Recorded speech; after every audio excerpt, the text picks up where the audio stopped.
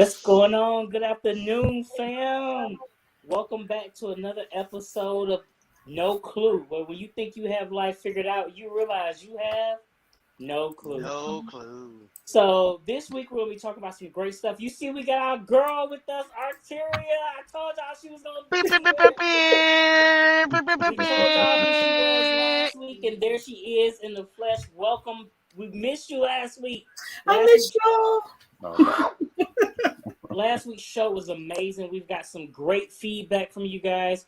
By all means, if you want to let us know how you feel, shoot us an email. Our email is nocluetheshow@gmail.com. I'm not going to Hey. spell it out to you. It's spelled the way it sounds. nocluetheshow@gmail.com. Okay? But we have a great show for y'all this week. We're going to get started with our usual. Well, before we get started, Arteria, tell us a little bit about yourself. We did that last week for us. So tell us about you real quick. I heard y'all talk about me last week too. But what's up, y'all? I am Arteria. I am glad to be here. I am a wife of almost 10 years. I am a mother of 3. My youngest is my son, my pride and joy, 3 months old. I'm a licensed minister. I am a mentor coordinator for Slay here, based out of here in Atlanta. Oh, you name it, I've done it. We're so glad to have you on our panel. So with that being said, y'all ready to jump in? Let's go. Let's get started. So we're gonna get started with our say what. Y'all remember last week? So say what? Say what? There it is. Say what is on you this week. All right, so say what this week is. We're going to talk about. I found this topic very interesting. I see a lot of people kind of, I see some negative and I see some positive on it. So I want to hear you guys' feedback on Sha'Carri Richardson. So we all know. Oh, see, look at the faces. Here we go. See, that's what I like. So we all know that she was got in trouble for smoking for the and she's an Olympian. She was supposed to go to the Olympics. And from what I'm reading, my Facebook was lit up. It was some good stuff and it was some bad stuff. You know, people saying that she knew better. She knew better. She could have done better. But from what I've read lately, as of earlier today, she did not get picked for the Olympic team as she thought she would. So, and now that I'm reading some of her comments, she's gotten big-headed a little bit to me. So, you know, she's making little slick comments in regards to, well, you know, nobody's going to beat me anyway. That's why I didn't get picked for the team and things like that. So this is the topic I want. Give me some feedback. What y'all think about that? So, when it first broke, you know, I heard everybody was like, you know, oh, she just smoked weed. She found out some bad news. You know, what would you have done? And I get it. But I kind of agree with, you know, President Biden. He was like, they just enforced the rules. In the beginning, I thought it was like my job. Like my job, we drug screen. So if I decide I want to smoke today and they pop me for a test tomorrow, I can't get mad at the consequences, right? So in that situation, and she even said, I accept, you know, what was done to me. Then when I found out she didn't get picked for the team, at first I was a little sympathetic because I was like, you know, that's kind of rude and disrespectful. This girl, like, she fought for this chance.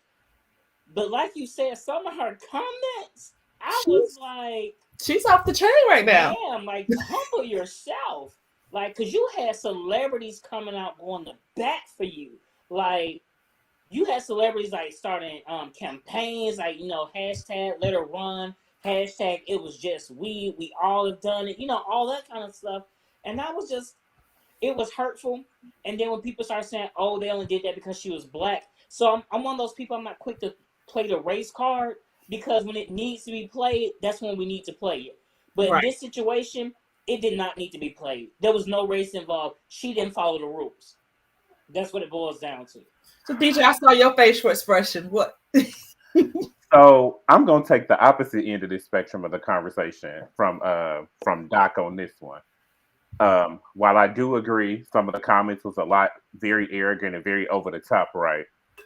I'm gonna call a spade, and let's look at institutional structural racism, right? Let's look at how these things operate. Let's look at the many attempts in not just the Olympics, but in other major professional sports areas where other athletes who are of a Caucasian nature have done harder things, right? And they haven't been penalized. Their endorsements have not been taken away. They've still been allowed to compete and do these things.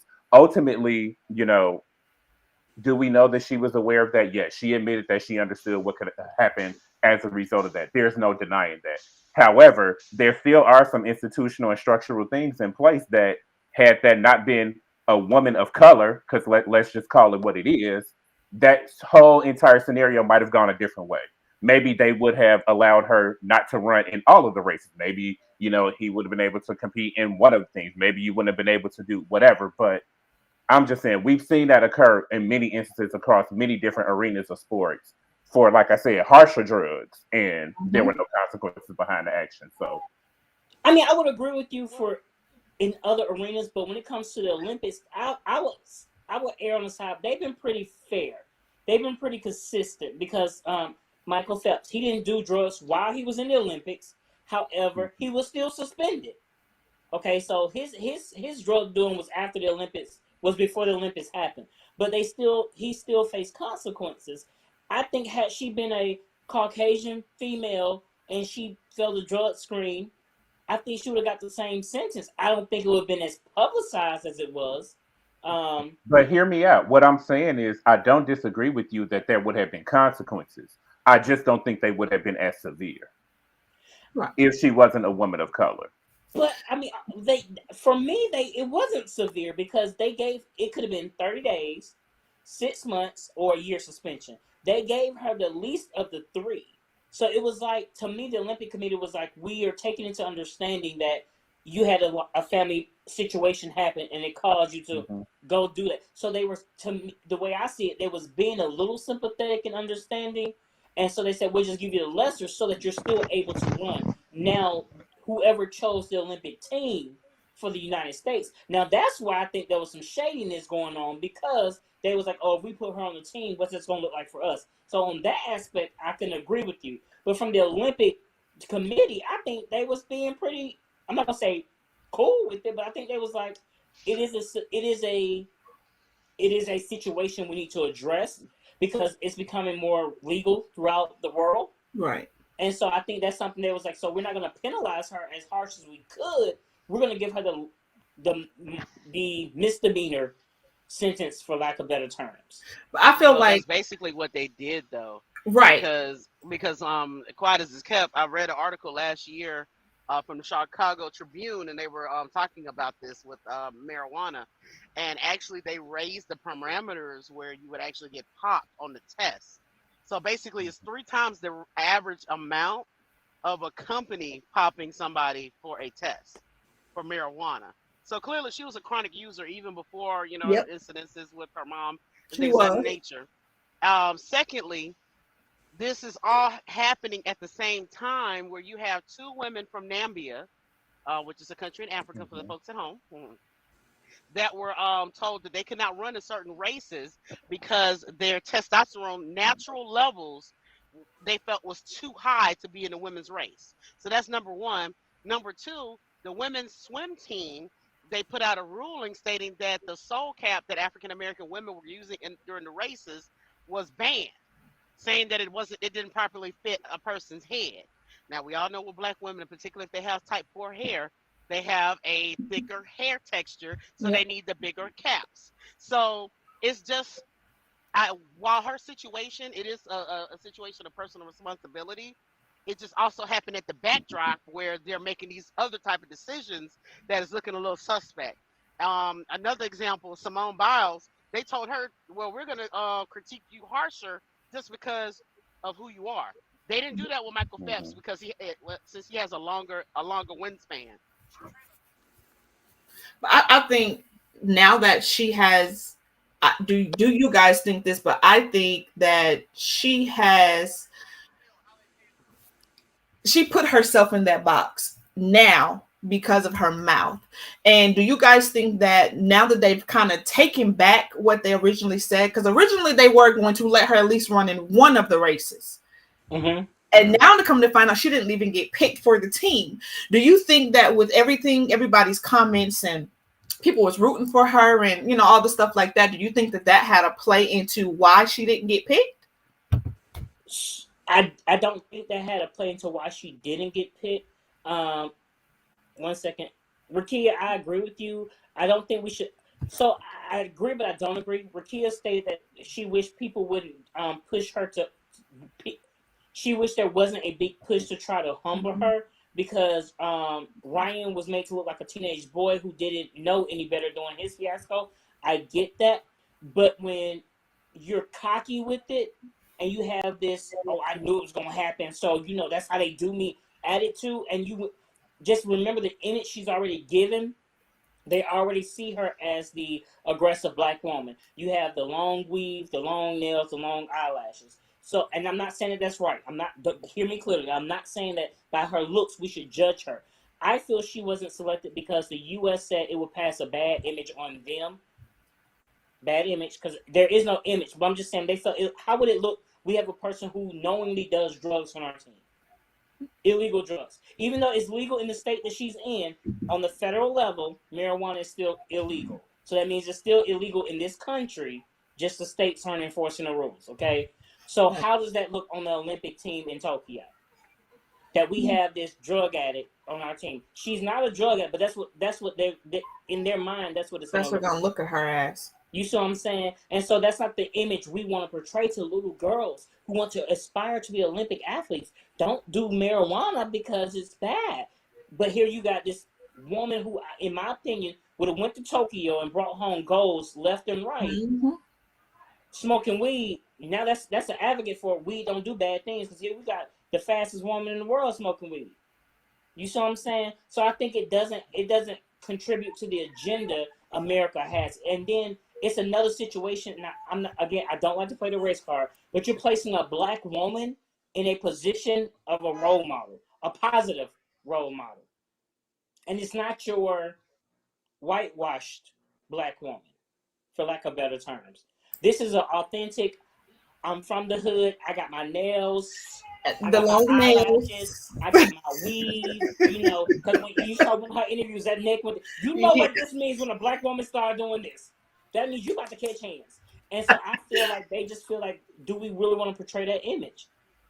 So, Simone Biles, she fits the cookie cutter. You know, she's that prissy, beautiful girl. She's uppity, not she's uppity, but you know, her posture, she can blend in with the crowd. Does that make sense? But here's the problem with that theory. They're both women that are on opposite sides of the spectrum as far as respectability politics, and they're both getting unfair. They're getting extra critiques due to them being African American. And I just said I don't agree with it, but that's the American agenda right now. I hate to say it, but that's what it is. And she even said in her recent interview, she was like, me and my team already didn't think I was going to get picked. They were expecting a 1-year suspension. Yeah, she only got 30 days, but she still was expecting the U.S. to be the U.S. Right, but and so she said she wasn't expecting to run. But also, Nike already told her that she wasn't going to lose her endorsements. And that's why kudos to Nike. I applaud Nike for saying we're not going to snatch our endorsements, because Nike says, I believe Nike sees her potential and they see her future. You see what I'm saying? I believe Nike saying, let's invest in her, because the next 4 years, when the next 4 years comes around, she's going to the Olympics. You see what I'm saying? Let's go ahead and make sure we got that signed, sealed, delivered. Wait, do we have to pay for that? Because that was like a cut from a song. Oh, Lord. That is a specific song from one of my favorite artists. You are old. Oh, wait. You know what? Y'all play too much. You're lucky we on the audacity. air. You're lucky we on the air. The audacity. But that's okay. That's okay. I honestly, and so, like, for me, I think she is a role model. I loved it. When I saw, and what brought me to tears was when she crossed the finish line. And everybody was trying to take pictures of her, and everybody, she was like, excuse me, I ain't got time for this. Where's my mama? Absolutely. She went straight to her grandma. Because I know that's how I felt. I ran track. When I won, I need my support team. And she went to grandma, and I loved the way she just laid into her grandmama's arms.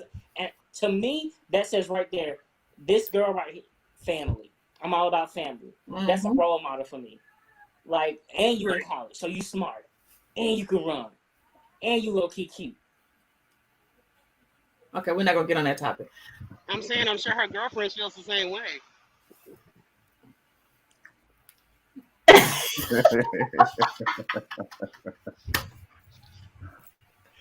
Oh, I say what? all right, guys. This is why I love y'all. We have conversations. Yes.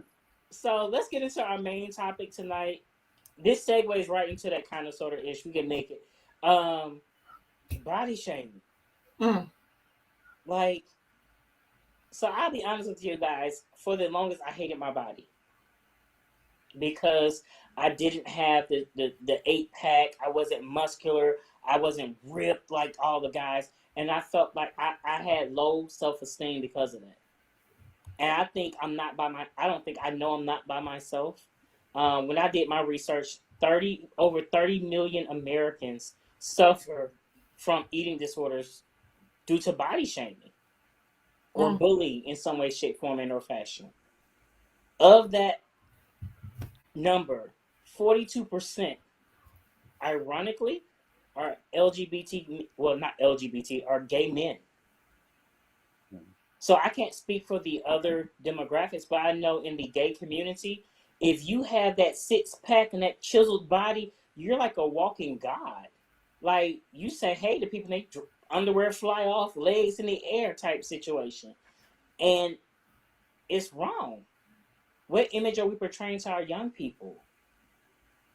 Help me out, DJ. Help me out, Thierry. Help me out, Mo. So I know for me, as a mother, I've had 3 kids. You know, my latest one was this year. So before I had my son this year, I was very uncomfortable in a lot of clothing because of my size. I was very, very uncomfortable. However, since I've had my son, I've learned to embrace what I have.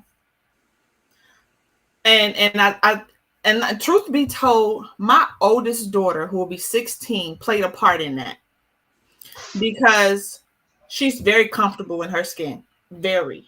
Like and you know, if any of you guys, most of you guys have seen her, she's bigger than me. And she's very comfortable with what she wears, what she don't care who look at her any kind of way. She don't care. So she played a part into why I'm more comfortable with what I wear and how I carry myself and walk around. But body shaming is awful. Now my youngest daughter, she hides herself. She's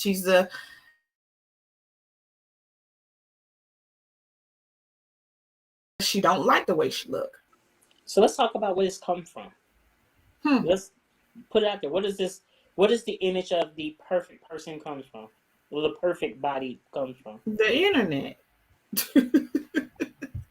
I mean, even before the internet, I mean, all types of media going back, even with the all the way up to like the 20th century, 19th century, they've had pictures of, you know, physiques that was supposed to be ideal. I mean, even with ancient times with Rome, Roman statues and things of that nature, you know, showing that perfect physique. Unfortunately, with the era of social media, you know, that's basically, you know how it is, a whole bunch of information out there. It just blew up, and you know, now they're the anorexia and bulimia, all these other eating disorders. These disorders are also on the rise because of trying to maintain that perfect image, and you know, it's really not healthy at all. But see, now we got these people wanting to get these BBLs, and then years later, they're coming back trying to reverse it. Yeah, I don't know if y'all saw in the media, Delta had 20 girlfriends go get BBLs together, and they was trying to find people to push them in these doggone wheelchairs. I blame, like you guys, mainstream media and these celebrities. Like when Lizzo came out, I was so proud of Lizzo because Lizzo wore these most revealing clothes and she didn't care. And for me, that told young women, be okay with who God did not create us all. I don't mean to go religious, but God did not create everybody in cookie cutter forms. Right. Some of us are big, some of us are skinny, and I want us to embrace who we are. If you go to some cultures in Africa or other countries, your body size is looked at as you're fertile, you're prosperous, you're blessed. It's only in the Western civilization that you gotta have this muscular physique to be of interest. And so let's talk about that too, because it doesn't just start. It starts with the holidays, right? Particularly New Year's, right? That's that whole New Year, New Me New Year's thing, right? resolution stuff. And you see this whole influx of people in the gym, and you see the gym rats that's taking pictures like, "Oh, I let myself go from eating over the holiday, but I'm gonna get back at it." You know, it's all of these different things that compound on these things, and then we even talk about, you know, what is or what is not attractive, particularly in the MSM or gay male community, right? First, it was the skinny, like twink boy. Now you have to have this impossible to achieve physique to even get noticed or get some attention. And so, you know, it not only causes issues of what's going on with you personally, but it's issues of self-esteem. There's anxiety, there's depression, there's feelings of worthlessness, there's feelings of lack that's associated with those trends. And it's everywhere you turn. It's not just, you know, in one sector anymore. It's a completely facet and blanketed and embedded response of everything we see. Absolutely. Right. And so I agree with you because people don't realize when you body shame somebody. So I know someone who used to be heavyset, and she'll tell you, I was a bad heavyset girl. I would take your man, and you might be 2 pounds. I would take your man, but you didn't realize I was going home crying myself to sleep because of how people picked on me. You see what I'm See, saying? right. Come But you got on. to realize when people body shame, they don't just body shame big people. You got The little skinny people. people who call toothpicks, you know, what you eat a day, 1 carrot a day, or a leaf of lettuce. Body shaming goes both ways. Um, y'all help me out with the comments, so y'all keep up on So, comments. yeah, shout out to PJ for his comment saying he was a skinny kid Hey, at PJ. 18 and I was only 127 pounds. I didn't realize how bad the bullying and name calling made it with my body image. I felt quote unquote scrawny all my life. I'm 45 and just saw a recent picture with a group of friends, and I'm one of the biggest guys in the group. So yeah, I mean, it happens to the skinny people too. And Mhm. I think when are we going to get to the situation where we tell people it's okay to be who you are? Because I was told I was slim thick, right? If you know the English language, that's not oxymoron. That's like telling somebody you smart, stupid. Help me understand. You up, down. It don't make sense to me. All right, 1 plus 1 isn't equaling 2. And so I was told you have a dad bod. I'm not nobody's Mhm. daddy. You, What is a Well, dad bod?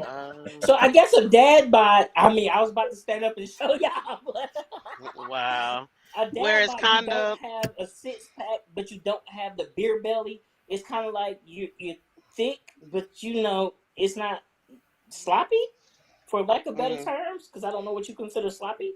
Um, but I just was like, I don't know, because as somebody who walks past the mirror and I have to force myself to be comfortable with what I see, I can only imagine how other people felt when I was single at one point and I tried to date people and they're like, what you look like. So I send them a picture and they're like, oh, you like me to lay off the bread and the pastas. That shit hurts you. It puts you into a mental state of depression where it may be functioning depression, but you feel like I don't want to eat anymore because I need to fit this mold.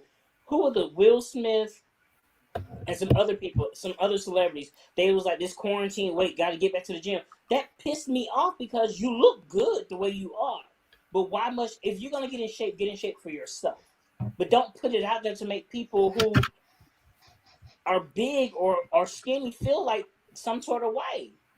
You know, I had to Right. Google what dad bod was Lord. because But see, here's the thing with that. You talking about with Will Smith? He's doing that for a movie. He has another movie coming out. So, unfortunately, you have to blame the system and not the player But no, because because you no, what his words was, he put it out there that he's gained weight and he needs to lose this weight. He didn't say it was for a movie. So people only hear what you say. People are not going to do their research to find out you're losing weight for a movie. They're just going to base it strictly off what you said on your 5 minutes, 5 seconds of fame. And then other celebrities chimed in and showed their weight. For me, why? Because you don't know what little kid looks up to you who may be thicker than thick or skinnier than skinny and feels like I'm worthless because I don't look like you. No, that's just like what's her name who had this all that stuff done to her body and then reversed it. Hey, Michelle. Keisha. No, Keith was it Robert? We was just talking about it. We was just talking about her. She had her butt done and everything, and then went back and reversed it, and now it looked like she's done something to her face. Is it? What is Hey, her name? Michelle. K. Michelle. I was like, because when you said K Michelle, she said no. I was like, I thought it was K Michelle. Jeez. But so here's the deal: K Michelle didn't like her first body, so she got all these modifications done, and she got attention. But then she started getting shamed because she said people wouldn't take me serious because of my butt. They was Well, not only that, she was having health issues because of that. Started getting sick. Correct. So people, Because she got it done the wrong way.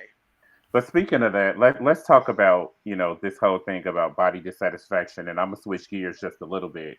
And I want to talk about our trans brothers and sisters, right? Because body shaming happens to them too, probably during the stages of their transition, right? And to be very clear, transitioning is not just the medical component of that. Transitioning is when you take steps or actions to identify and make comfortable and calm with the gender in which you identify, so that it's a public persona. So let's talk about those images that they have to deal with when they're going to physicals or doctor's appointments, or even the things that they have to deal with in themselves to kind of align this, dysmorphic thing that who I am doesn't align with who I am. What I see doesn't align with who I am, is what I'm trying to say. Absolutely. So I think they have it the hardest. I would agree. I'm trying to figure out Absolutely the PC way to say it. I don't have one, so I'm just going to say what I'm going to say. So there's two individuals in my life who I didn't know were trans. They were the most. One of them I had the biggest crush on. Let's just put it out there. He was finer than the and when he was like, "What's going on, Pastor?" I'm like, "How you doing?" But when he was like, "Hey, Zaddy." When I found out they were trans, like my opinions didn't change. They still were the most prominent people in my life to this day. One of my best friends is a trans man, and when I tell you, this is like, I swear we came from the same mom and dad. Like the way we look at each other, we can laugh and joke. We ain't gotta say words. We just look at each other and be looking at somebody, and we know what's going on. He threw a little shade at me for 4th of July, but we came back together. We recuperated. But I think the trans community is just.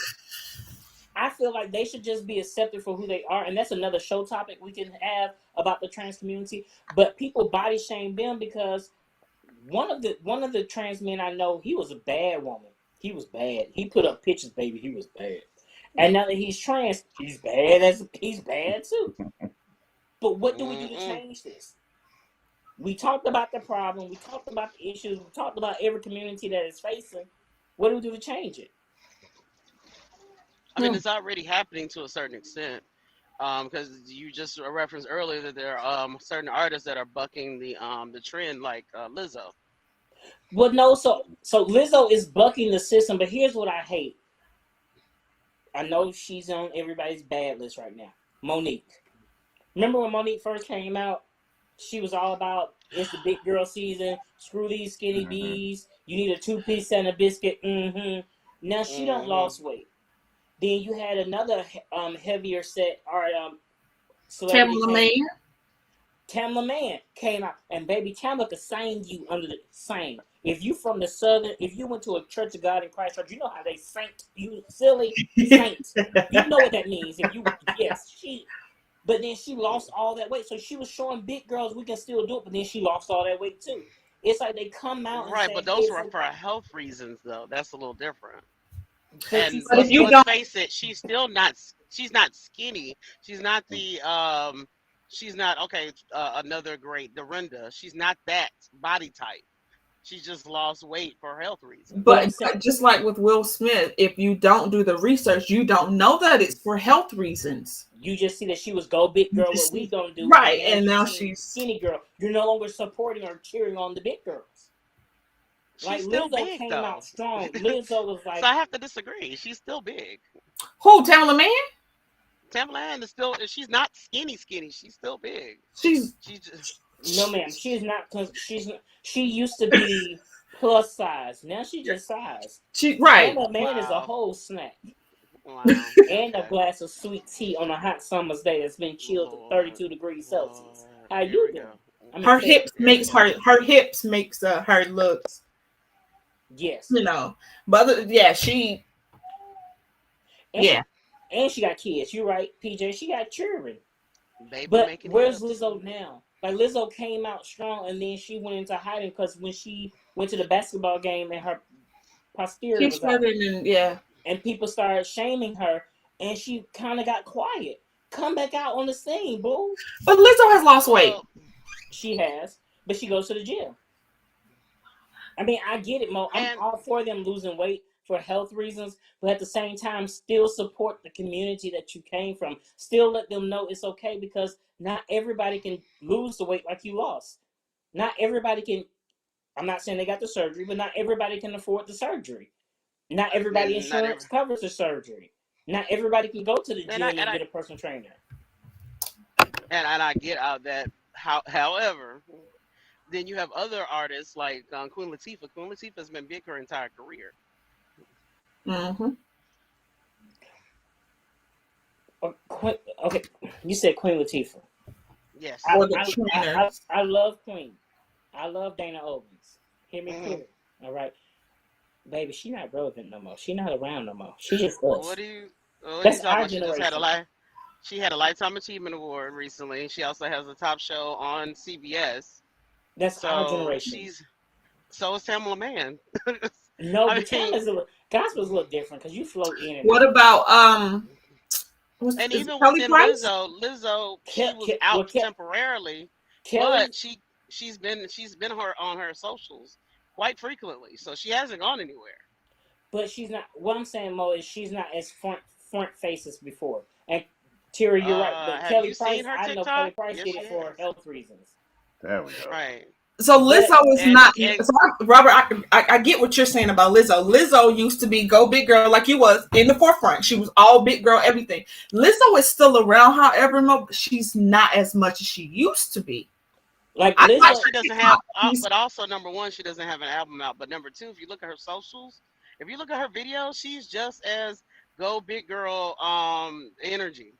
Like she's in her skinny bikini, string bikinis on a yacht, saying doing her thing.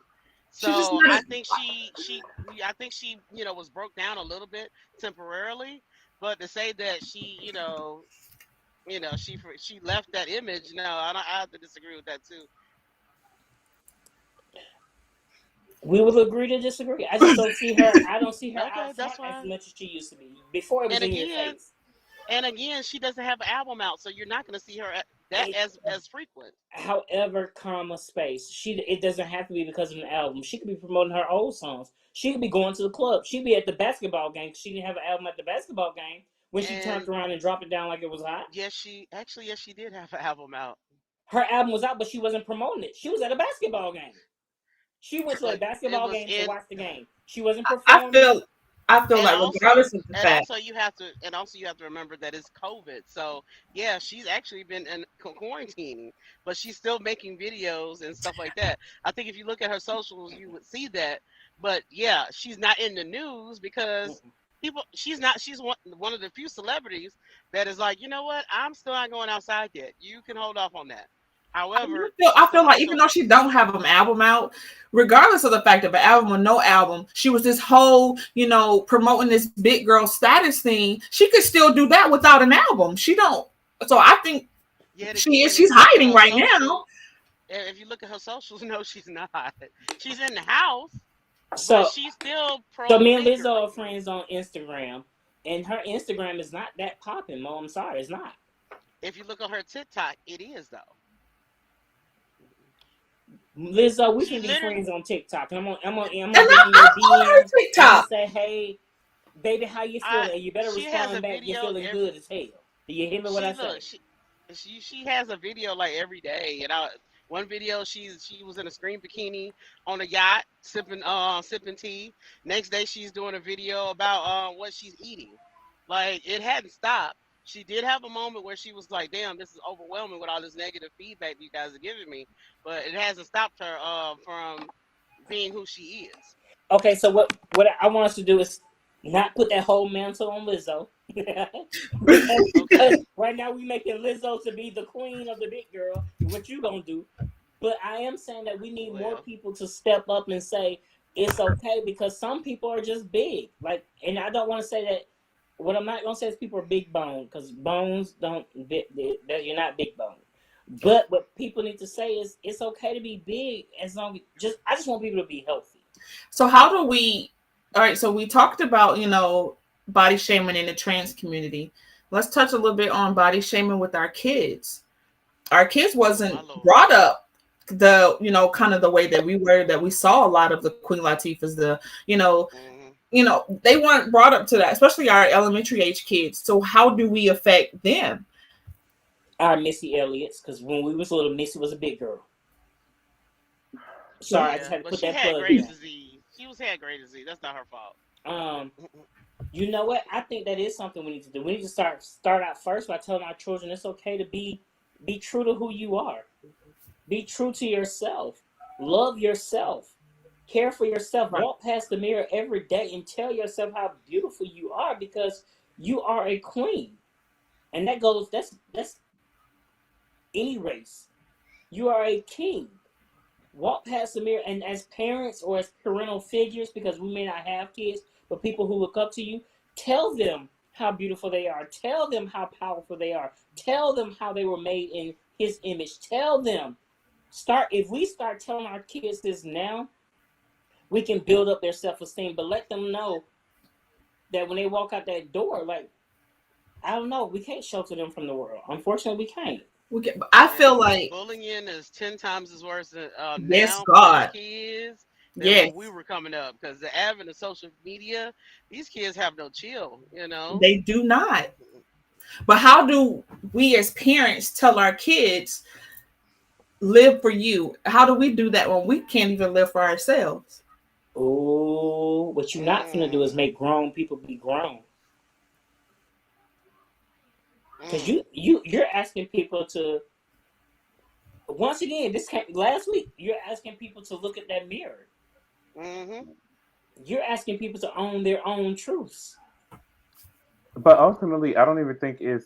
I mean, it is, but it isn't, right? Because it ultimately causes us to look at our own insecurities, right? And you see them manifested through other things or through other lenses. And, you know, those of us who are parents or parent figures to other people, you kind of feel those things and you feel those anxieties, and those things start flushing over you all over again. And so then you become uncomfortable. And, Absolutely. much like Artery said with her daughter, and it's like she's the one that's uncomfortable. Her daughter, like, no, I'm good. But it's playing out because that's how I felt, or that was my experience. And again, it's part of that thing about letting people be people but still having a touch in the thing. Like, you gotta let them go. And sometimes that's the hard part in the whole thing, but I mean, you have to let them go. The only thing that we can do, because we can't be responsible for anybody else, nobody can be responsible for what somebody else does. Right. But we ultimately can take the chance to be able to educate, to be able to do things, to show positive images, to show diversity, and to show that there's no distinction or no difference, which goes back to what I was saying. Instead of like, you see people that post their gym pics and they're like, well, that's because you're lazy. You can't get like this because you're lazy. No, that's because, you set this unrealistic, attainable expectation of what that's supposed to be for me. That doesn't mean Mm-hmm. that I'm lazy. So what if you can bench 400 pounds? I'm not about to do that. I'm not getting a hernia. You know what I'm saying? I Like, can I'm bench not press about to do that. 400 pounds too. But I'm the gonna bench point press is, forward, I put two mean, zeros even if on you the can't, floor. but even if you can lift 500 pounds, you can still have a gut. You can, Right. So, So, absolutely. but exactly. so real quick, hey like, Treese, thank you for Yeah. joining in. Hello, Trees. Tyria, let me tell you Hello. why hey, your daughter has the confidence she has. Because let's be realistic about it. If you ever been around you exude confidence. And your daughter watches that's her right. mother exude confidence. Because I see how you build your children up. And I told you plenty of times, I admire that. Because your kids know respect. They know how to your your baby girl, Jordan has said things to me that I was like, you've been here before. Like, when I Give Mm-hmm. say me you some been here time. before, you was that grandmama that had the cankles and she sat on the kitchen, on the sofa, and she was popping And the rocking string back and beans. forth. That's how long Yeah. she's been here before. Because we have to teach kids how to not let what people say. My grandma say, let it do the roller coaster. It goes in this ear, does a loop, and in that loop, you take out the meat and you spit the bones out. Because a lot of people are going to judge you based on their own insecurities. If you look at every bully, a bully never bullies those who are worse than they are. They bully those who are better than them and they're jealous of you. Mm-hmm. There's something in you that they don't like. That's why they got to pick at you. When I was a little bit, I was a chubby kid. I was a cute little Pillsbury Doughboy. Poking in my stomach, I said, whoo-hoo. All right. My grandma used to tell me all the time, take your juicy butt upstairs. You're sexy just like your daddy. I didn't feel sexy. But you know, now as I'm older, I'm realizing that constant repetition starts to seep into your head that, you know what, I'm sexy just like my daddy. And then I met my dad, and my dad is real egotistical. My daddy think he's the sexiest thing on God's great green and blue earth. But now that I see that, I'm like, that's the confidence she was trying to instill in me. You see what I'm saying? We have to build our kids up, because let's be real, we old. They're the future. If they're willing to let any and everybody tear them down, then what hope do we have? So now we got people doing the what is this, the different teas, the Kaori teas and the waist trainers and the Nutriverse stuff, Miss Lucille, apple cider vinegar. And they telling you, oh, I've lost this amount of weight, but what is happening to your body while you're putting all of this in? I believe those fads are just what they are, people. They're a fad. Right. And a lot of these pills that you take, they cause you to defecate a lot. That's not healthy, because that means your body isn't retaining any nutrients. Everything is just flushing through your system. There's nothing wrong with doing a detox. Okay? You can detox, but you don't want to, your body needs nutrients. Some people who are blamed for this, people like, I'm not going to say names, because if you start saying stuff like that, remember what happened with Oprah? She said that restaurant was nasty and they sued her. I ain't got that kind of clout. If you want to sue me for 50 cents, I will give you your 50 cents right now. But you have celebrities who start this trend. Anytime a celebrity say they're going on some type of Billy Wayne Wonka diet, everybody wants to jump on a diet. Absolutely. Case in point, Beyonce had a big announcement she was going to make one day. Remember, everybody thought she was about to drop an album. She said she was going vegan. I can't tell you how many of my friends immediately went vegan. Knowing good and well, when I put this fried chicken in this grease, you're going to be standing over my shoulder. You got to have, and this is what, again, we need our Lizzos. We need our Missy Elliott's. We need our Jermaine Dupri. We need our Lil Babies and all them other little people who they got out now. We need them to come back and tell kids, be who you are. We need those good influencers, because we got influencers, but we got the wrong people influencing people to do stuff that's unhealthy. But our younger generation don't know how to look to the good influencers. They don't. If I that's tell because somebody, bad influencers are being promoted due to the fact that these corporations are trying to hawk these pills, or hawk this tea, or hawk this image of these clothes, the whole lifestyle. I mean, furthermore, it's biting. These companies are starting to wake up. Like, for example, Victoria's Secrets. There's no, it was definitely no secret that they openly stated that they wouldn't have larger sizes, because they said that wasn't their clientele. Well, they ended up having to file bankruptcy last year. They were like, wait a minute, hold up, we changing the image. We got bigger size. Come on in here. Come on and get these panties. Come on and get these bras. Come on. Shout out to my forever first lady, Miss Michelle Obama. She said, let's start a garden. Remember, Michelle had the whole get what is it, Just Move campaign, and we did the Bruno Mars. Y'all remember that? And she had everybody eating fruits and vegetables. That was a positive influencer. But now that she's out of office, she's still doing it, but people won't promote it like they were before, because it's easier to get. No offense, love me some Cardi B, but it's easier to get Cardi B drinking a Pepsi than it is to get somebody telling you to drink more water. You see what I'm saying?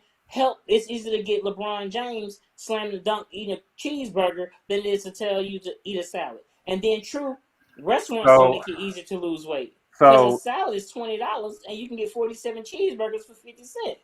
But let's talk about that too, right? Because again, that's structural, that's systematic, right? Those communities that are affected don't have the fresh markets or the farmers markets, or access to that, or even have access to health education to say, you know what? All that peach cobbler you eating every Sunday is what's giving you diabetes. Absolutely. We don't have health education The peach programs like that cobbler. in those. Yes, shout out. I love me some peach cobbler, Me too.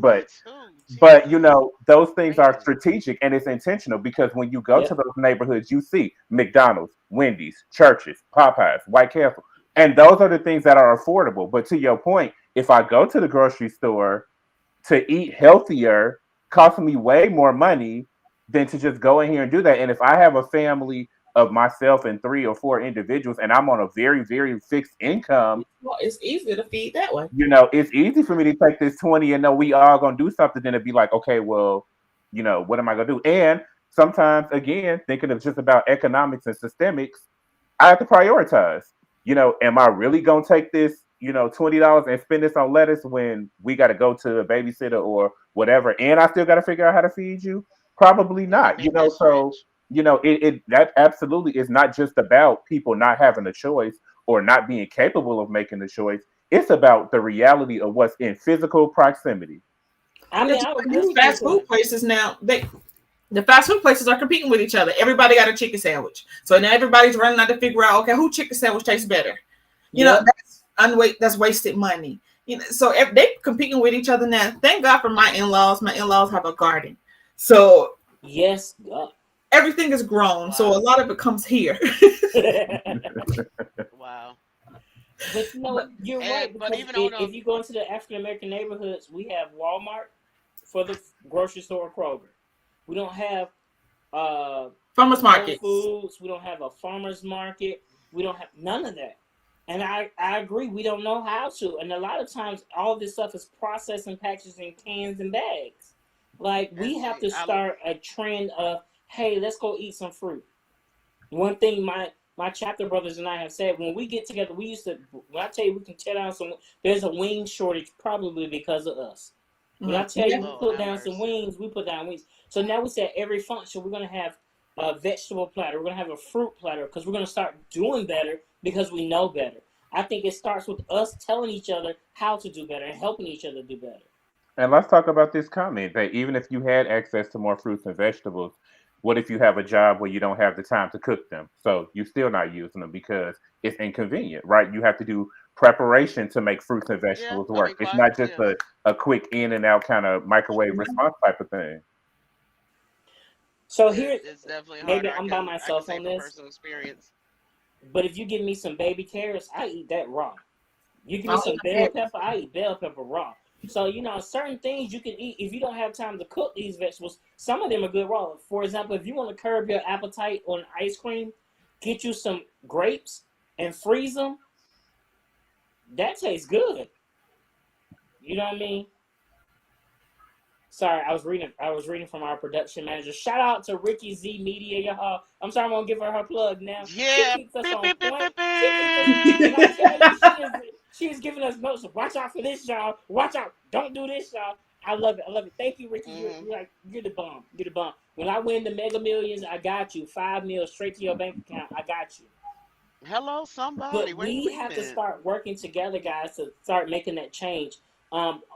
Anybody know me? I'm big for no excuses. I don't no excuse. I don't do excuses. Find a way. I was telling y'all, frozen grapes are just as good as ice cream, but it's healthier for you. And they have these things called cotton candy grapes. Have y'all ever had those? My God, they are heaven. I found out last I year. I can't said get them in cotton the store. I candy can't grapes. find them. I'm I not guess gonna that lie must to be a you. southern thing because I don't know what Oh my you're God. talking I'm gonna about. have to get. I was walking through Publix, and I just said, "Let me taste." I was like, "Oh my God, Like this is Wow. good." the best Now, we get up here did you is hear he just? I'm sorry. Go ahead. no. I was just saying, that must be a southern thing because the best we gonna get is a It, good taffy grape, but it's not gonna be like Who grape? nothing like that. Taffy grapes. What's that? What's that? So it's like think taffy apple, right? What's You that? get the taff.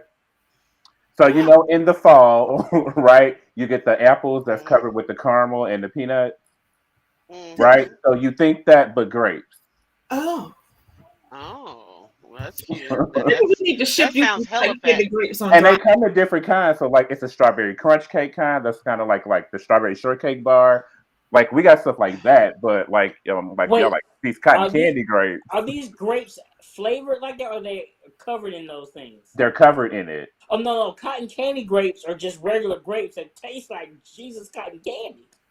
Right, and that's what I said. That must be something that's unique Wow. to. I We, got you. maybe we need to ship you some. I got you. I think you do. I'm all about it. But that's what we need. We need to start getting the local markets to go back to our communities to start teaching us better health. I think that'll help. And I'm not saying that by having farmers markets that it's going to change our, because we're talking about body shaming. It's not going to change that, but I think it'll start to help us be healthier. Because there's nothing wrong with being plus size. Because I mean, this is a kid-friendly show. There's nothing wrong with being plus size. Because I think that's beautiful. But see, but can we talk about that? Because even that in itself, right, is a negative and derogatory way of explaining that, right? Because it's isolation, it's separatist, and that's part of the whole problem of what this whole thing is, right? Inclusion is inclusion until it's not. And when we make, comments or phrases or words like that, then it does exactly what we try not to perpetuate. It still creates a standard of exclusion. Right, because quietness is kept. If you see somebody that's overweight, you don't know what their situation is. It could be based on the drugs that they're taking.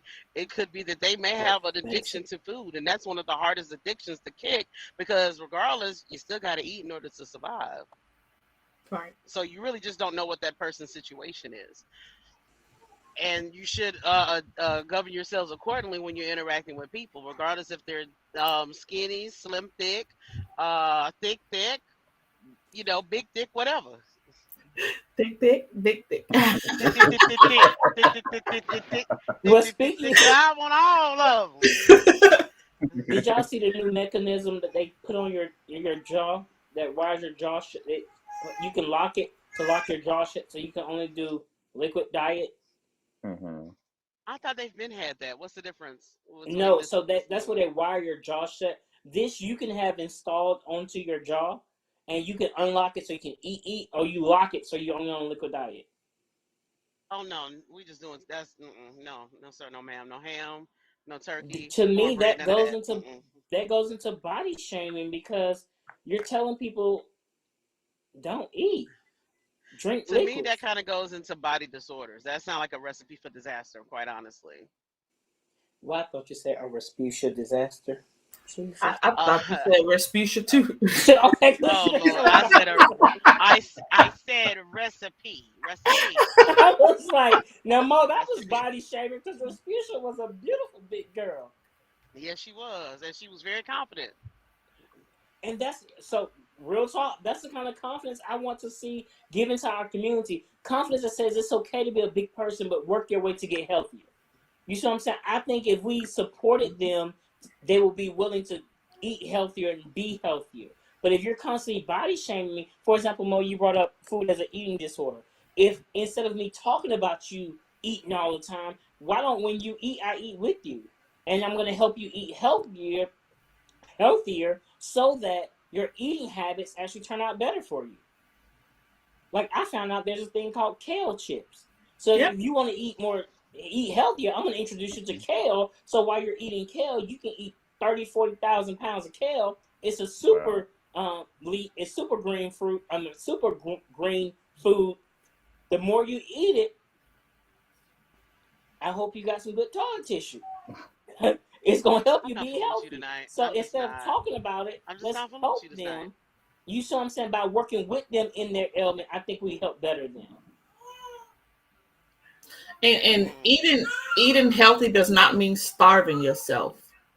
It's actually the opposite. And I think I want to touch on really quickly before we move, because I see that we have to move forward, on one important part of body shaming that I think we kept ignoring, right? And that's actually skin color. We didn't talk about that. We spent all of this conversation talking about weight distinctions and eating disorders, which are all very pertinent parts of body shaming. But let's talk about the body shaming that's associated with skin color. How when we look at things in the media, what's projected as beautiful? Something that's Caucasian, right? And if it is something that's of an African American experience, it's something of a lighter skin experience. Absolutely. And so now that has caused lots of young girls and lots of young guys to bleach their skin, right? You got a whole product line and a multi-million-dollar business set on changing the tonation of somebody's skin. We saw that, in some other famous celebrities that I'm not going to talk about because God rest their souls, and we're going to let them be where they be. But there's an entire movement of this that's associated with skin color that often gets ignored because we focus on, I want to say like the easy thing, but the face value thing of like what it looks like. But it goes a lot deeper than that. Hmm. I will agree. You either need to be super light skinned or extremely, extremely, extremely, extremely dark skinned, because then your skin is beautiful. But not even with that, let's talk about that. Because then if it's extremely dark, it's fetishized, right? Yeah. Now I'm this big black, exotic thing to you. It's not that it's appreciated. Even then, it's looked at in another way. And I was reading an article from a guy in GQ magazine, probably like sometime last year, and he was saying that that was one of the things that he really didn't understand for a while was why, when he was heavier, nobody paid him attention. But then he toned up and he lost weight, and now all of a sudden he was overly fetishized by all of these white guys. Like, oh my God, you're such a beautiful tone, fit black man. And they were fetishizing over him because he was a darker skinned black guy. But when he wasn't that ideal of what it's supposed to look like, he wasn't attractive. He wasn't desirable. Well, that I needs mean, to be a unfortunately, topic. yeah, that's a whole other topic within itself. With the Hmm. fetishization of black men, because that goes, with the gay community as well as the straight community. Because a lot of white women they also fetishize black men as well. Yes, God. We found that out during the Black Lives Matter movement. My We lord, found that today. out way before that, but I think that's a whole Right. nother set of conversations. I do agree, but I did just want to highlight that really quickly that body shaming is associated with skin tone and skin complexions as well. It's not just the physical attributes of weight or BMI. Now that Oh, really, absolutely. where I think that really hits home is what if you are bullied because you're heavy set and then you're of a certain skin complexion, so that's like a double whammy. You know what I mean? So, we talked about a lot of the problems. How do we change this narrative? How do we? Because that's the point of the show. We talk about the problems that we face. Now, how are we going to start to be this change? I mean, for a lot of people, seriously, and especially as people of color, counseling. And while we are not we are starting to come around, I'll acknowledge that we are starting to come around and understand the importance of therapy. But Yes, that's sir. where it starts for a lot of those things because we have to address, again, back to what I'm saying. We have to address those internal things in us, those triggers in us that cause us to feel those things or that put us on this heightened defensive mode when it comes to those things about ourselves. Like for me, it's my teeth. I am very self conscious about my teeth. That's why I have braces at 36. And it's okay. I own that. I know that about myself. But, Hmm. having the space to be able to talk about those things and not just talk about them, but work through them in a very healthy manner is definitely something that's beneficial because then what that does is that teaches us to break the cycle within ourselves because it starts Hmm. with us. Hmm. And I think another way we can start it is, especially being that our nowadays everything is so social media heavy. Let's Yes. start posting some more, fruits and vegetable ways we can do this with fruits and vegetable ways we can, eat a little healthier instead of posting who's in concert this week or some type of drama or something. We can start there too because everybody's running to the internet first. Not only that, talking about the fruits and vegetables, that's all felt well and good, but even within that, even if you are healthy, um, you should have postings of yourself. Like there's this movement, for example, because apparently I'm a TikTok head now, which is weird. Because a year ago I was like I ain't doing that young stuff. But anyway, the point of it is is that there's a trend right now where you have black women that are posing pictures of basically being in the skin that they're in, and there are various shapes and sizes. Even there's even masculine identifying women that are making these posts. So I think it's just starting, just having the trend of just overall high self esteem. You know, I think that's also going to bring that, and I think it's already starting to change as far as these businesses, because these businesses are understanding, hey, more and more people are more and more heavy set in this country now, so I need to market and, you know, make my money accordingly. So ultimately, it's always going to come down to that mighty dollar. I need to start posting. Like, I don't post no pictures of myself rarely. I, I don't know what it is about. I just don't like taking pictures of myself. It's just something. It's just an insecurity that I have of my own. So I guess I need to start that. Being that I am a mentor for girls, I need to start posting more and putting myself out there more. Being that I do have so much confidence with myself, I need to exude that out more to these girls. So a comment I want to acknowledge. It was stated the BMI metric is racially biased. That is 100% true. Absolutely. For my height and my weight, I am classified morbidly obese because I'm 20 pounds over the weight that they say I should be. I apologize. I have these things called thighs. I have this thing called a behind. Unfortunately, I can't get rid of those things. Do you hear me clearly? I can lose all the weight I want to. They're not going anywhere. So I do think we have to start with body positivity. And the way that we start with that, because you may not like your entire body, but find something on your body that you love. Mm-hmm. For me, one thing I love about my body is that don't y'all judging people, so I don't like y'all for that, but I'm just gonna say it. We are not. I love my feet. I think I have the cutest little feet in America. And every time I go get a manicure and a pedicure, she says they always tell me I have cute feet. So I've come to love my feet because people think my feet are so cute. They say that in English? Yes, they say that in English. I feel like you're body shaming my feet right now. Lord have mercy. And my feet don't appreciate it. But Well, even Robert going does back have to nice the looking feet, though. I've seen them. But even going back to the BMI thing, right? Not only is it racist, it's heteronormative, right? And it's homophobic. Especially if Yes. you think about how it impacts a lot of lesbian women and transgender women. It again back to making them feel feelings of depression, selflessness, self-worth, feeling that they can't attain to this standard no matter how hard they're working on, no matter how hard they're doing the things that you as the provider or the clinician are telling them that they need to do to strive, they still don't seem to meet that standard. And so again, that system in and of itself perpetuates that same cycle.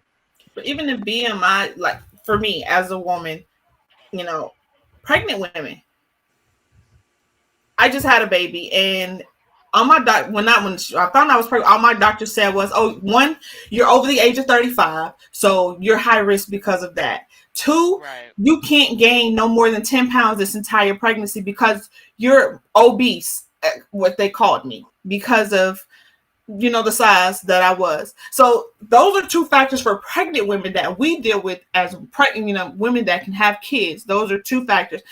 My entire pregnancy, I was scared because that's what was put in my head. I'm over 35, so I'm high risk, and I can't gain but 10 pounds. I'm carrying a child. Who can't gain but 10 pounds? Clearly. So my entire pregnancy, I gained 1 pound my entire pregnancy, the entire 9 months. Because you were psychologically abused. Absolutely. And I think that's what we have to change the narrative. We have to start putting positivity into not only our heads, but our kids' heads as well. We have to start enforcing that they are beautiful.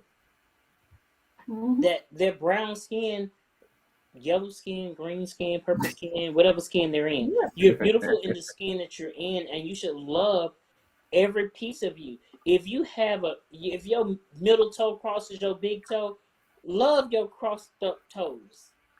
Hello? You know what I'm saying? We have to start telling them, if you cockeyed, pigeon-toed, not neat, love all that you got going on with yourself, because it's beautiful to you, and it's gonna be beautiful to somebody. Somebody's gonna look at you and think you are finer than wine. Yeah, absolutely. You have to. We as individuals, as role models, because everybody on this planet is a role model. Somebody looks up to you. Okay, you have to start telling them how beautiful they are, how great they are, and start telling them to love the skin that they're in, to love yourself. Now, if you want to change for you. I want to lose weight for me. I don't want to lose weight because somebody told me, oh, if you lose weight, I can be with you. If you don't like me and my keg, then you go on about your business. Come on, kid. Okay? But I don't want my cake. I want to get it. I don't want a six pack. I just want to slim down. But I'm doing it for myself. We have to show and empower ourselves that if you want to be the change that you want to see for you. Because in the end, guess who you got to wake up to every day for the rest of your life? You. So we got to start supporting each other too. We tear each other down so much. My goodness. And we do. Get you a circle. So I was thinking of ways how we can change the cycle. Get you some friends who support you. Get you some friends who say, if you want to lose weight, let me give you some ideas of what can help. Let me help you. Instead of saying, don't eat that pork chop. Instead of eating a fried pork chop, let's start with baking it. Still isn't healthy because pork isn't good for you, but you're going to a healthier way of eating it. Slow steps. You know what I mean? I tell people when they tell me they want to lose weight, what's your goal? 200 pounds. All right, so this month your goal is 5 pounds. Don't worry about the 200 pounds because if you set yourself a goal that's too far out, you don't see that you're making strides to get to it. But if you set yourself a 5 pound goal and this week I lost 7 pounds, you geeked up. So next week, if you only lose 3 pounds, you're like, all right, I can bounce back because there's only 2 extra pounds. You know what I mean? You can come up with it versus trying to force yourself to lose a vast amount of weight at a quick pace. It doesn't work like that. Now they got this thing called an air fryer that everybody's using. There's an anointing in the air fryer. It is. Your chicken comes out crispy and it's got flavor, but it ain't all that greasy. So this is what you do. You start talking to someone who says, I want to lose weight. Let me help you. Let's invest in the air fryer. You can still have your fried foods, but it ain't all those calories. If you like sodas, drink carbonated water. Not soda water, not tonic water, but carbonated water has 0 calories. And you can get it in different flavors. And it's 0 calories. So again, go ahead, Mo, and then I'll put in my 2 cents. Yeah, I mean, again, you're talking about things that you're talking about things that are options. That's cool when you're at a higher disposable income. It makes it easier for you to have access to that. No, ma'am, you can buy And carbonated water for $1 at Dollar Tree because that's where I buy it from. How you doing? and also carbonated water is disgusting because we're already like I said, I was talking about addiction.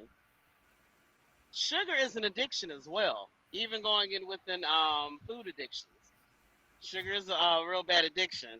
So if you have that going on, you're not getting that same hit as if you get that regular whatchamacallit, soda. So you have to look at that. Also on top of that, I'm not trying to make excuses, but some people just like being big. So But and again, you know that should and it shouldn't be an issue if somebody wants to be big. If they want to, if they just like if they want to be a bodybuilder, because you may have the look that you look like you're healthy, but in actuality you're not healthy at all. Because you notice a lot of them, they die at a very young age because they I put all agree that with you. stress on their heart. But remember in the beginning, I So said if you want to be big, be big. I just want you to be healthy. That's what I said. So that when you go to sleep, you don't have to worry about your own weight crushing your heart or your lungs. So that you don't have to worry about high cholesterol and strokes and heart attacks. I just want you to yeah, be healthy because yeah, again, we but weren't all made or created to be 34, 26, 34. right, and also those sizes are also getting high cholesterol and high blood pressure and all that. I mean, my father was in the military 30 years, physically fit. However, has high blood pressure, extremely bad. He stopped taking his pills for a few days. He was in the hospital trying to be grown in these streets. So I think that I think another component that we're not talking about is stress. especially when we're dealing with eating habits and things of that nature as well. Because I think that's a component of of these diseases, not just the food. And Again, I'm again, just giving options. I can't. What works for some won't work for all. But we could. My basically what I'm getting at is start helping them to change their directive. Because I say if someone wants to change, help them change, not force them. So if someone says, "Hey, I want to stay big," by all means, do you, do you. But if you come to me and tell me, "Hey, I want to lose weight. I want to get healthy," then I'm going to do my part and say, these are some of the things you can do to start the process. So, and you said, disposable income. If you was buying fried pork chops, it's the same price to bake it. Actually, it's a little bit cheaper because you ain't got to buy flour and the egg wash. So, just small changes to start the process so that you can then move forward in the process. and again, I'm just gonna put it out there because this what we do. We need to talk about the holistic thing. I don't want us to keep getting caught up on this whole thing about body shaming with weight and eating food because there's so many different facets to this. And while we know that those are very important aspects of it, you know, what do you tell to that kid that has images or self-esteem issues because of their skin complexion? You can't give them that easier kind of forefront, equally facing. Oh, you just need to do this. It's a whole different conversation, and it's a whole different thing.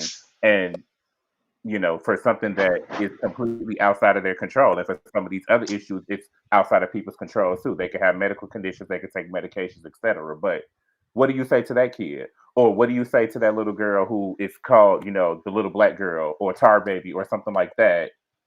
What do you say to her? Because that's another form of body shaming that nobody talks about and nobody figures out how to have those kind of conversations. It's much easier to focus on the physical part of that.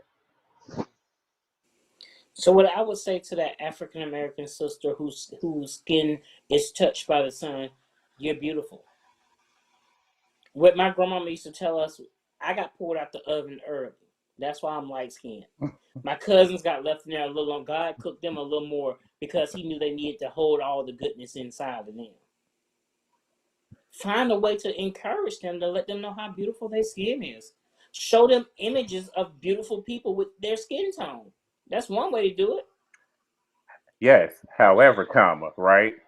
When you do that though, and it's back to the original point of the conversation, there aren't many people that are of a darker complexion that's celebrated. Not to that extent, right? So Right. again, just not trying to be, difficult because I do agree that that's very important, but just being realistic in the sense that, it's more difficult to do that when I could pull up 45 images of something right now, and probably one of every 9 or 10 is a person that's of a darker complexion. And that's probably being very nice, right? I agree with you, but that's where you as a person has to find those images. And if it's someone, and what I personally would do, being the person I am, I would go Google kings and queens of Africa and show, baby, this is. Mhm. Don't look at Jay-Z, Beyonce. Look at this king of South Africa. Look at this queen of Kenya. Look at this is the lineage you come from. You don't come from football players and rappers. You come from a king and a queen. You come from royalty. That's what I would do with my kids. But Even if guess I have to what? Google a cartoon character from Hercules, this the king you came from.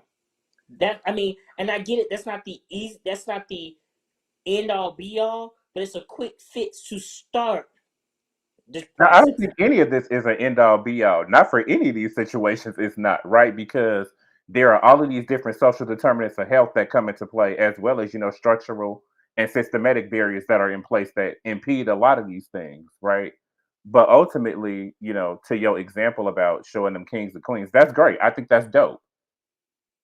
But again, that comes with the level of access and privilege to be able to know those things. Because when you think about it, the majority of people who are having kids are kids themselves. They don't know that. And most likely their parents didn't instill in them those kind of things, because maybe they didn't have access to that, or maybe they had to leave school for whatever reasons early, whatever the situations or the cases may be.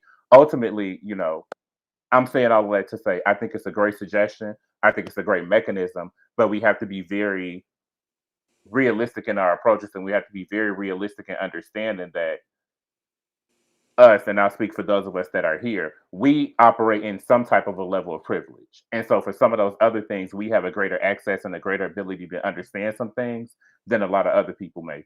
And so, I forgot where I was going with that, but ultimately that's that's the point that, we do have to understand and acknowledge our privilege and our access to some of these spaces as we have these conversations about what to do. And this is where I look at Arteria. She's a mentor in the Slay group. Is that correct? So she may reach someone who's not that privileged, where she can use her privilege to help someone who's not privileged. So then I would say, DJ, I would challenge you to find someone who's not privileged like you. Reach out to that person and show them that privilege. I had the opportunity to meet a young man when I was a restaurant manager. He got hired as a dishwasher. And he told me, he was like, you're going to be my dad because I don't have one. And I was like, okay, I'm your dad. So what's your dreams? And we had a whole conversation. He wants to be a truck driver. To this day, he's not a truck driver. He's a truck owner. You see what I'm saying? And it was because I took somebody and I used my privilege to show him. He thought he had to raise money to go to truck driving school. I was like, no. You can go with this company. You have to work for them for a year. They pay for your truck driving school. He was like, I didn't know that. I was trying to raise the money to pay for it. You saw a grant for the school. And so I came out and utilized my knowledge to help somebody out. I think that's what each of us has to do. Last week we talked about privileges and obstacles. We have to use the privilege that we've been blessed with to help those who don't have that privilege. So that little girl who was 23 years old and she got 2 kids, we might need to take her kids under our wing. I'm not saying take care of them, but be a guiding light for them and say, hey, let me show you how to Google Martin Luther King. Let me show you how to Google Sojourner Truth. Let me show you how to Google Maya Angelou, Louis Armstrong. Not Louis Armstrong. Yeah, Louis Armstrong. Let me show you how to Google some of these Renaissance artists who were life-changing and they didn't look like what we look like now. Mahalia Jackson was dark-skinned. Let me show you how to Google a woman who changed the course of history because she told a man to tell the world about his dreams. We have to be the one to reach out and do that. So I'm challenging you, DJ. Each one, teach one. I do that every day in my profession. I mean, I don't have an issue with that. And I accept your challenge wholeheartedly. So I'm challenging all of us to do that. It is what it is, everybody and I on agree. this podcast. But in your response, I just want to highlight one critical thing. Right? It's great that you're working over the kids, but you cannot skip the parent. And I think we often do that a lot too. And we like, oh, we have to help these poor children. Yes, we do have to help the kids, but if we don't help the parents, it doesn't break the cycle because they can't teach them better if they don't know better. And we're going to find that out in a couple of years when these kids start graduating. These parents been teachers. Lord have mercy. But guys, this was a great show. I enjoyed talking with you guys. It is 8:50. Final thoughts. We got to give our final thoughts before we have to get out of here. Final thoughts. Arteria, you want to go first? Ladies first.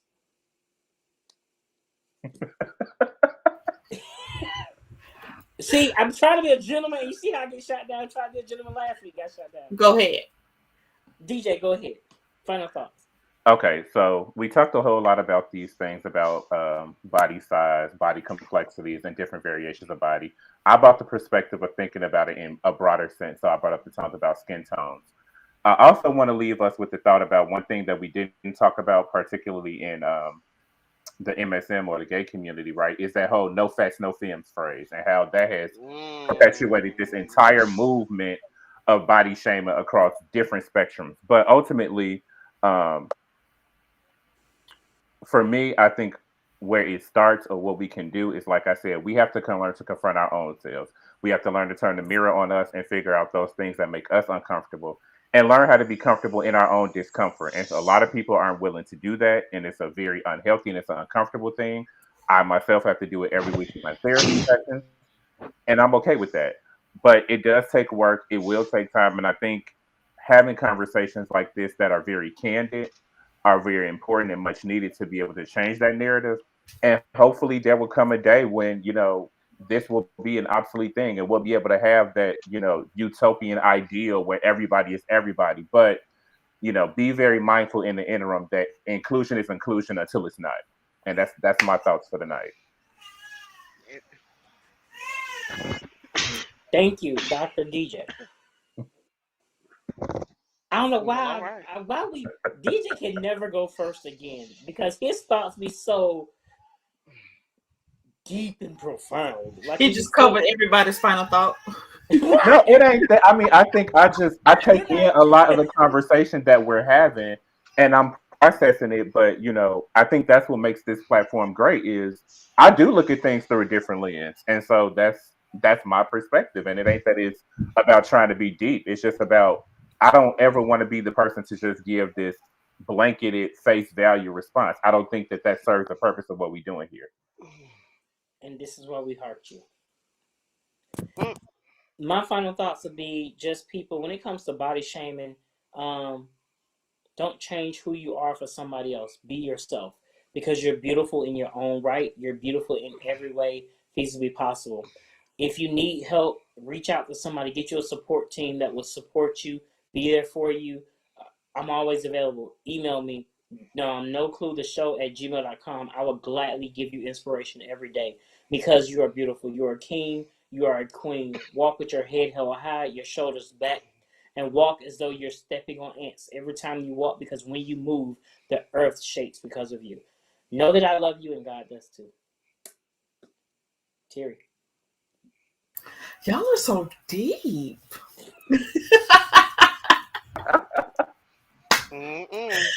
Goodness gracious. My final thoughts is it's to the babies. Be you. Walk with your head held high. Especially to my girls. Don't let anybody tip your crown. If it tips over, find you somebody that can pick it back up and place it back on your head. Because walking around with a crown down, it's not a good thing. So just get connected to some friends. We throw that word around loosely. Get connected to some real friends, somebody that's going to push you and promote you. First, you just need to promote yourself. Well, amen and amen. Mo. All right. So everyone, whether they're young, old, whatever, be you, and love the skin that you're in. I know it sounds cliche, but you just got to do it. And also, don't be so hard on yourself. Just because you don't have the six pack doesn't mean that you're not worthy of love and companionship and partnership. And also, don't have that expectation on others. If you're looking for that, then there should be an expectation that you also have that as well. So, and if you don't have that, you shouldn't be as judgmental within your internalized fat phobia. Because that's also rampant in the community. I didn't get a chance to bring that up because, again, apologies, America. There's a lot going on here in the trucking world today for me. So, but definitely just love yourself and be you and protect your magic, as my brother would say. Awesome. Well, we want to give shout outs tonight. Shout out to Ricky Z Media. Thank you so much, Ricky, for all you do. You are freaking amazing. Guys, Awesome. if you want a podcast, do contact her. Contact us. We'll get you connected to her. She is amazing. I gave her a vision. She brought it to fruition. God bless you, woman of God. Give us your feedback, guys. Send us emails. Let us know some show topics you want us to talk about. Tell us how you felt about the show. Tell us how much you love me. And tell us what we can do to make it even better and keep you into. Y'all like that plug? Y'all like that shameless Right. plug? Shout out to the best zodiac ever. It's Cancer season, so shout out to everybody that is a Cancer. Happy birthday to you all. I appreciate it. Yes, we are the best zodiac sign. I said it. I meant it, and I'm not taking it back. Only reason why I will allow that is that my best friend is a Cancer. Shout out to Eve Barnes White. Happy birthday, July the 10th. Also, shout out to Wold Nelly Media. That's another media production company that our very own Ricky Z produces as well. You can see my wonderful face, hopefully, tomorrow night on Talk It Out, where I'll be representing No Clue Podcast. All right? All right, All guys. right. Well, remember this, guys. When you think you have life figured out, you realize you really have. No No clue. Y'all have a good night. Be easy. See y'all next week.